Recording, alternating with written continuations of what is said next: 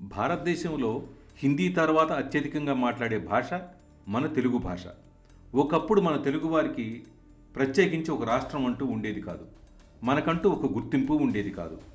Madras presidency అనే ఒక పెద్ద రాజ్యంలో మనల్ని మర్చిపోయి బ్రతుకుతున్న రోజుల్లో ఒక మనిషి లేచాడు. ఆకలిని ఆయుధంగా చేసుకొని మృత్యువును ఎదిరించి తన ప్రాణాన్ని పణంగా పెట్టి ఆంధ్ర రాష్ట్రాన్ని సాధించిన ఆ మహానుభావుడే అమరజీవి పొట్టి శ్రీరాములు గారు. 58 రోజుల పాటు ఆయన చేసిన ఆ పోరాటం వెనుక ఉన్న అసలు కథ మీకు తెలుసా? 1947వ సంవత్సరంలో మన దేశానికి స్వాతంత్ర్యం వచ్చింది. కానీ తెలుగు ప్రజలకు మాత్రం పూర్తి స్వేచ్ఛ లభించలేదు. అప్పట్లో మనం మద్రాస్ ప్రెసిడెన్సీలో భాగంగా ఉండేవాళ్ళం. పాలన అంతా మద్రాస్ నుంచే జరిగేది. అధికార పదవుల్లో, ఉద్యోగాల్లో తమిళుల ఆధిపత్యం ఎక్కువగా ఉండేది. రాయలసీమ, కోస్తా, ఆంధ్ర ప్రాంతాలు తీవ్ర నిర్లక్ష్యానికి గురయ్యేవి. మన భాషకు, మన సంస్కృతికి తగిన గౌరవం దక్కటం లేదని తెలుగు ప్రజల్లో ఆవేదన మొదలైంది. రాజ్యాంగంలో పొందుపరచబడ్డ విధంగా భాషా ప్రయుక్త రాష్ట్రాలు అంటే ఆయా భాషల ప్రాతిపదికన ఆయా రాష్ట్రాలు ఏర్పాటు చేయాలనే విషయంలో అప్పటి కేంద్ర ప్రభుత్వం భాషా ప్రయుక్త రాష్ట్రాల విభజనకు సముఖంగా ఉండేది కాదు. అప్పటి మన భారత ప్రధానమంత్రి నెహ్రూ గారు దేశ సమగ్రత దెబ్బతింటుందని భయపడేవారు. ఆ ప్రతిష్టంభనను ఛేదించి తెలుగు ప్రజలకు ప్రత్యేకమైన గుర్తింపు మరియు గౌరవం కోసం పోరాడాల్సిన సమయం అది. పొట్టి శ్రీరాములు గారు నెల్లూరు వాసి. ఆయన కేవలం ఒక నాయకుడు మాత్రమే కాదు, ఒక గొప్ప గాంధేయవాది. శ్రీరాములు లాంటి వారు మరో 10 మంది ఉంటే మనకు ఒక్కేడాదిలోనే స్వరాజ్యం వస్తుందని గాంధీ గారు ఒకనొక సందర్భంలో అన్నారంటేనే ఆయనలోని పట్టుదల, నిజాయితీ గురించి మనం అర్థం చేసుకోవాలి. హరిజనుల ఆలయ ప్రవేశం కోసం, అణగారిన వర్గాల హక్కుల కోసం ఆయన అంతకుముందే ఎన్నో పోరాటాలు చేశారు. శాంతియుత మార్గంలోనే ఏదైనా సాధించవచ్చని ఆయన బలంగా నమ్మేవారు. 1952వ సంవత్సరంలో అక్టోబర్ 19వ తేదీన మద్రాసులోని బులుసు సాంబమూర్తి గారి ఇంట్లో పొట్టి శ్రీరాములు గారు తెలుగువారికి ప్రత్యేక రాష్ట్రం కావాల్సిందేననే ఆకాంక్షతో ఆమరణ నిరాహార దీక్ష ప్రారంభించారు.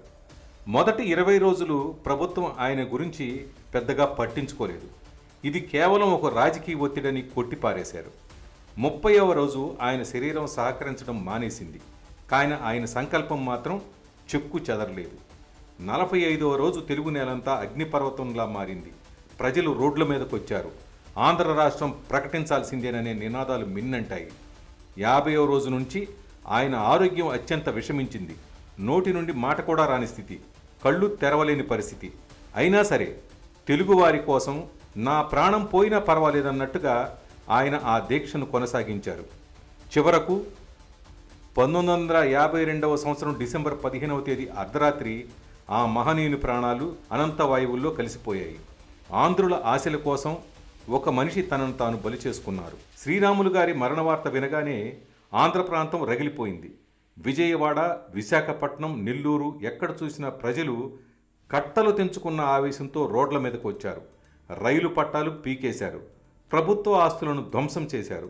పరిస్థితి చేయి దాటిపోతుందని గ్రహించిన అప్పటి మన ప్రధానమంత్రి నెహ్రూ గారు శ్రీరాములు గారు మరణించిన 4 రోజులకే అంటే డిసెంబర్ 19వ తేదీన ఆంధ్ర రాష్ట్ర ఏర్పాటు గురించి అధికారిక ప్రకటన చేశారు. 1953వ సంవత్సరం అక్టోబర్ 1వ తేదీన కర్నూలు రాజధానిగా మన ఆంధ్ర రాష్ట్రం ఏర్పడింది. భారతదేశంలో భాషా ప్రాతిపదికన ఏర్పడిన మొట్టమొదటి రాష్ట్రం మనదే.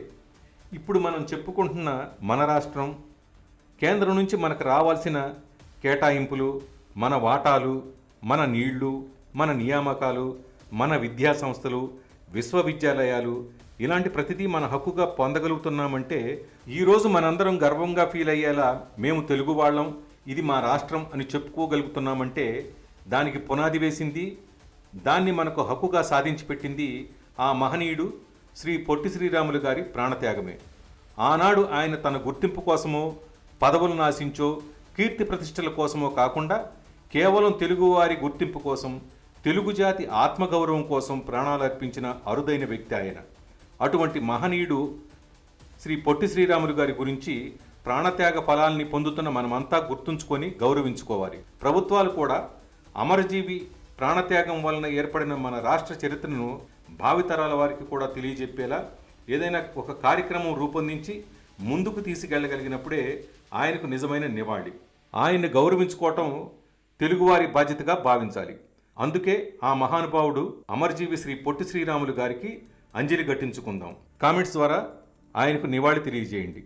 మన రాష్ట్రం ఏర్పడిన చరిత్రను ప్రతి ఒక్కరికి తెలియజేయండి. మన రాష్ట్రం ఏర్పడటానికి ఆయన సృష్టించిన చరిత్రను ప్రతి ఒక్కరికి తెలియజేయండి. ఈ వీడియో నచ్చితే లైక్ చేయండి. మరిన్ని ఇంట్రెస్టింగ్ వీడియోల కోసం మా ర్యాబిట్ టాక్స్ తెలుగు ఛానల్ను సబ్స్క్రైబ్ చేయండి.